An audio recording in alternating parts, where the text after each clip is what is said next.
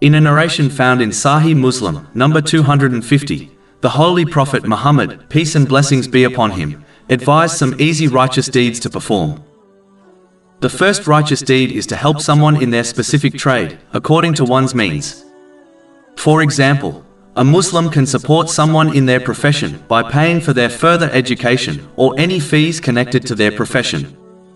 Helping in this way is in fact a great way of supporting an entire family, as helping a person who earns to support their family is indirectly supporting the family, even though it is far cheaper and easier than actually supporting the entire family.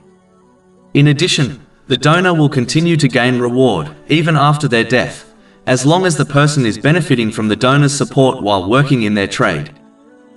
The next thing mentioned in the main narration under discussion is that a Muslim should help someone who does not have a profession.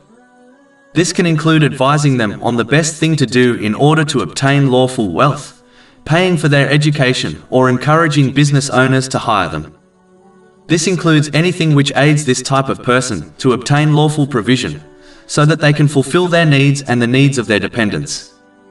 This is an important good deed, as the one who does not have a lawful occupation is more likely to seek wealth through unlawful means, such as crimes.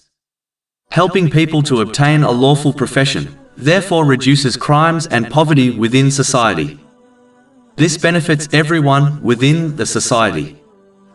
The final thing mentioned in the main narration under discussion, which all Muslims are capable of doing, is keeping their harm away from others, as this is an act of charity to oneself, as it saves them from punishment. In fact, keeping one's verbal and physical harm away from the self and possessions of others is the very definition of a true Muslim and believer. This is confirmed in a narration found in Sunnah and Nasai, number 4998. It includes treating others in the same way one desires others to treat them. Simply put, the one who leaves others in peace will be granted peace and reward. The Muslim who adds to this behavior by benefiting others according to their means, even if it is only a good word of encouragement, will gain reward on top of reward, and this leads to success in both worlds. Finally, keeping one's harm away from others is important, as justice will be established on Judgment Day. The one who wronged others will be forced to hand over their good deeds to those who they wronged, and if necessary, they will take the sins of those they wronged. This may well cause them to be hurled into hell. This has been warned in a narration found in Sahih Muslim, number 6579.